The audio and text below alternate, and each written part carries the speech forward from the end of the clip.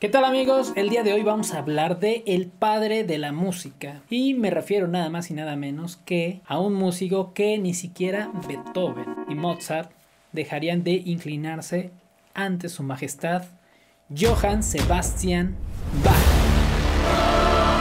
Hablaremos un poco de su música, de su vida y como siempre acerca de ciertas curiosidades que a todos nos interesan porque de esa manera logramos conocer más cómo fue el contexto de su vida. ¿Están listos?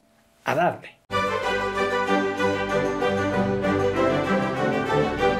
Nació el 21 de marzo de 1685 en la ciudad de Eisenach, Alemania. Bach perteneció a una de las familias de músicos más famosas de la historia. Aproximadamente 150 años antes de que Bach naciera, ya había verdaderos músicos genios en la familia. No solo eran buenos, eran considerada una familia de genios musicales, pero aún así, a la llegada de Johann Sebastian Bach, todos sus ancestros que alguna vez tuvieron fama quedaron ocultos tras la inigualable huella de Bach. Tanto abuelos, tíos, incluso su propio padre, Johann Ambrosius Bach, que fue un importante violinista y trompetista de la época. Pero en cuanto a sus sucesores, Bach tuvo 20 hijos.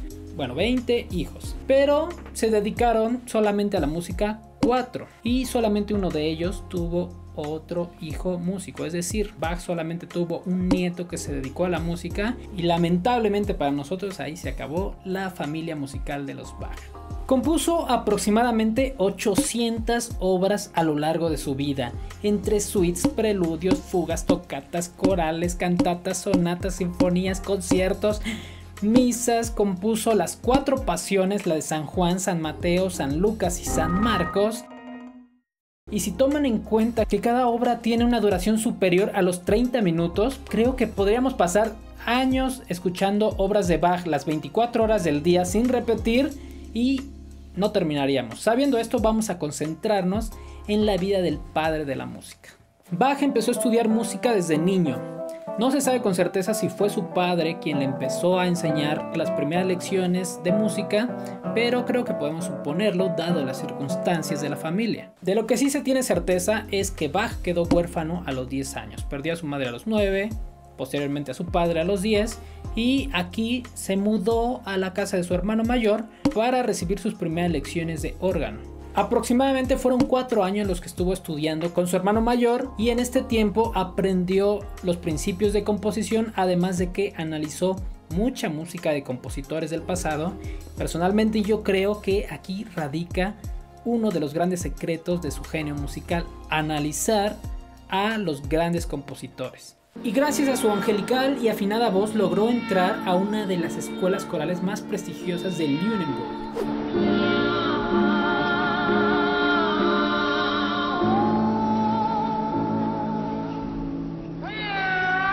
Como era de esperarse, cuando terminó sus estudios musicales comenzó a tocar puertas para abrirse un espacio como músico. Pero al principio no le fue bien, ya que fue rechazado cuando se postuló como organista en Sangerhausen. Lo bueno es que algunos meses después fue aceptado en la corte de Juan Ernesto III. Pero lo malo es que en ese trabajo no tenía realmente un cargo importante como músico. Simplemente le pedían tareas domésticas. Viene lo bueno. Pero antes de continuar, no se olviden de suscribirse y picarle a la campanita, para que no se pierdan ninguno de los próximos videos. Pero poco tiempo después fue contratado en la iglesia de San Bonifacio en la ciudad de Arnstadt, y justo aquí es donde empieza realmente su carrera musical.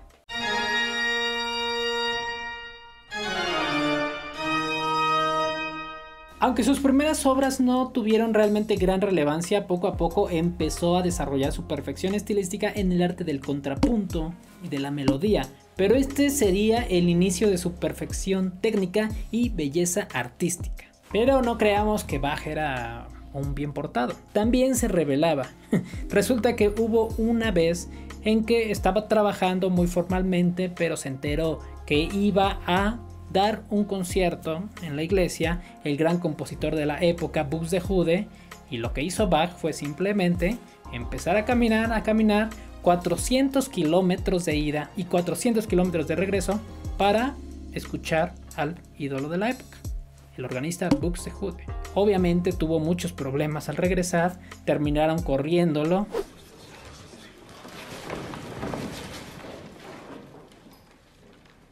Y sigue la historia de nuestro Bach buscándose un lugar, un rincón en la vida musical. Y bueno, 4 años después se casó nada más y nada menos que con su prima, María Bárbara Bach. Y esto no era algo raro. Ya había ocurrido antes en su familia que se llegaban a casar entre familiares cercanos. De este matrimonio nacieron 7 hijos, de los cuales solo sobrevivieron 4 y 2 finalmente serían músicos: Wilhelm Friedemann y Carl Philipp Emanuel Bach.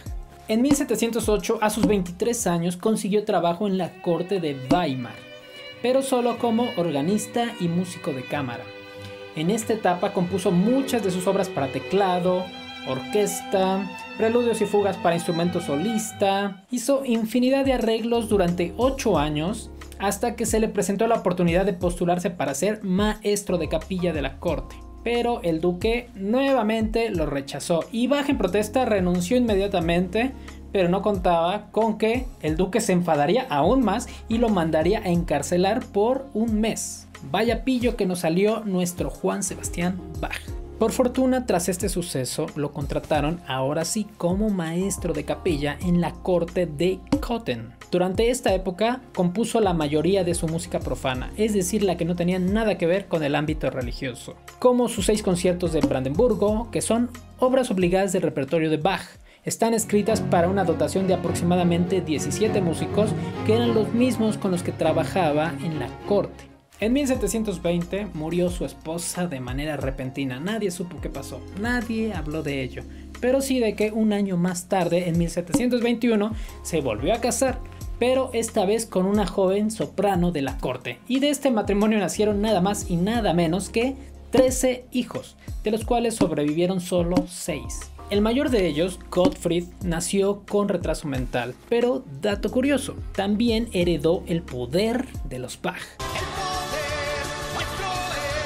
Su hermano Carl Philipp aseguraba que Gottfried era un genio musical, pero que por su condición mental no pudo desarrollar su talento. Muchas veces nos han dicho que el talento no nace, se hace. Pero con los Bach queda claro que realmente la sangre llama y no hay duda de que toda esta familia nació para dejar un legado musical importantísimo, que trascendería por los siglos y de los siglos. 2 años más tarde, Bach empezó a trabajar como maestro de canto y como director musical en Leipzig. Esta etapa duró 10 años y realmente fue la más pesada de su vida, ya que tenía que componer una misa cada semana, y componer una misa no es nada sencillo. Son obras de más de 35 minutos para orquesta, coro y en algunas ocasiones instrumentos solistas, y a la par de esto sus cientos de obras que compuso. Pero Bach tenía que componer semana con semana una misa nueva. Para 1733 Bach estaba en el top de su carrera musical, pero estaba cansado de ganar tan poco dinero, por lo que aplicó para la corte de Sajonia.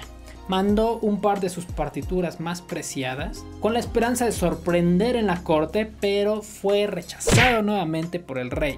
¿Qué pasa? ¿Qué pasa? Ya van 3. Está claro de que Bach era muy respetado en su época, sobre todo por los músicos, pero su música definitivamente no era apreciada por cualquier persona. Lo mismo hoy en día.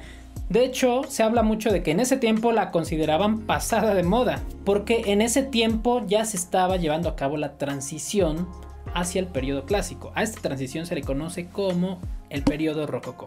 Y justamente fueron sus hijos los más representativos de este género. Para la década de 1740, Bach estaba entrando en su última faceta compositiva. Y en este periodo compuso El arte de la fuga y Ofrenda musical.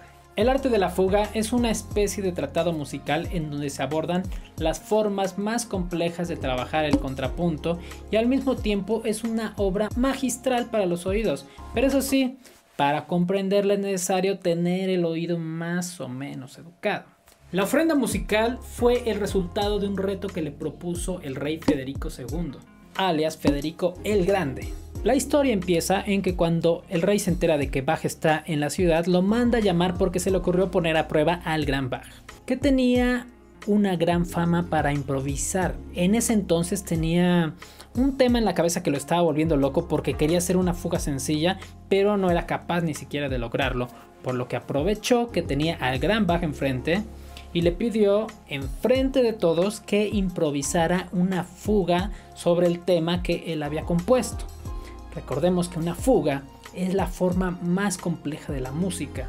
Más adelante haré un video para hablarles más a detalle de esta maravillosa forma musical, pero por ahora quedémonos con que componer una fuga a 3 voces es algo verdaderamente difícil. Ahora imaginen improvisar en el momento, con la presión de todos. Además no se le pidió ni a 3, ni a 4, ni a 5 voces, sino a 6 voces. Es decir, Bach tenía que tocar esta forma tocando con ambas manos, con ambos pies, como si fueran 6 instrumentos distintos tocando de manera independiente. Sinceramente, cualquier músico sabe que esto es humanamente imposible.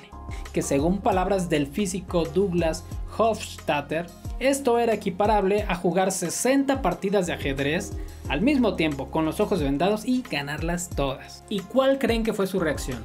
Primero lo felicitó porque realmente creyó que el tema era bueno.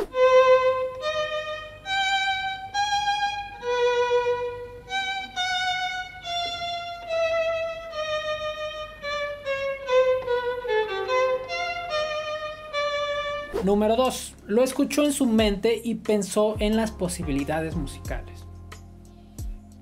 Número 3. Detectó todas las trampas que tenía este tema, porque así estaba construido para que Bach perdiera, pero finalmente rió y finalmente contestó: es un tema interesante, pero me temo que necesito tiempo. A lo que Federico contestó: perfecto, tómate el tiempo que desees. Y Bach, totalmente relajado, respondió: lo siento, pero mi tiempo no es el vuestro, su majestad. De esta manera rechazó el duelo, que más que eso era una trampa. ¿Pero qué creen? En realidad no pasó esto. Por supuesto que Bach improvisó la fuga a 6 voces, pero a Bach le gustó tanto el tema que al llegar a casa lo recordó y se puso a escribir una de las obras más eruditas en el repertorio de Bach, y fue precisamente la Ofrenda Musical, una obra con duración de casi 1 hora en honor a este tema. Y 2 meses después, cuando concluyó este trabajo, se lo hizo llegar al rey. Aquí solamente nos ha quedado clara una cosa: nunca te metas con Bach. En 1749 la salud de Bach se encontraba muy deteriorada. Se había sometido a varias operaciones oculares, ya que una infección lo estaba dejando ciego desde años atrás, pero estas operaciones son las que realmente estaban complicando más y más su salud, hasta que en el verano de 1750, a la edad de 65 años, murió. A partir de su muerte, nadie volvió a hablar de él, hasta casi 100 años después, cuando un joven y talentoso compositor se dio cuenta de que el papel con el que estaban envolviendo carne para vender eran partituras, y al examinarlas se dio cuenta que estaban firmadas por Johann Sebastian Bach, por lo que no tardó en proponerse rescatar la obra del padre de la música y llevarla nuevamente a las salas de concierto. Desafortunadamente no le fue posible rescatar toda la obra, pero para fortuna de todos sí gran parte de ella. Y a partir de este momento comenzó la inmortalidad de Bach. Espero que les haya gustado mucho este video, pero sobre todo que hayan aprendido. Nos vemos muy pronto. Chao.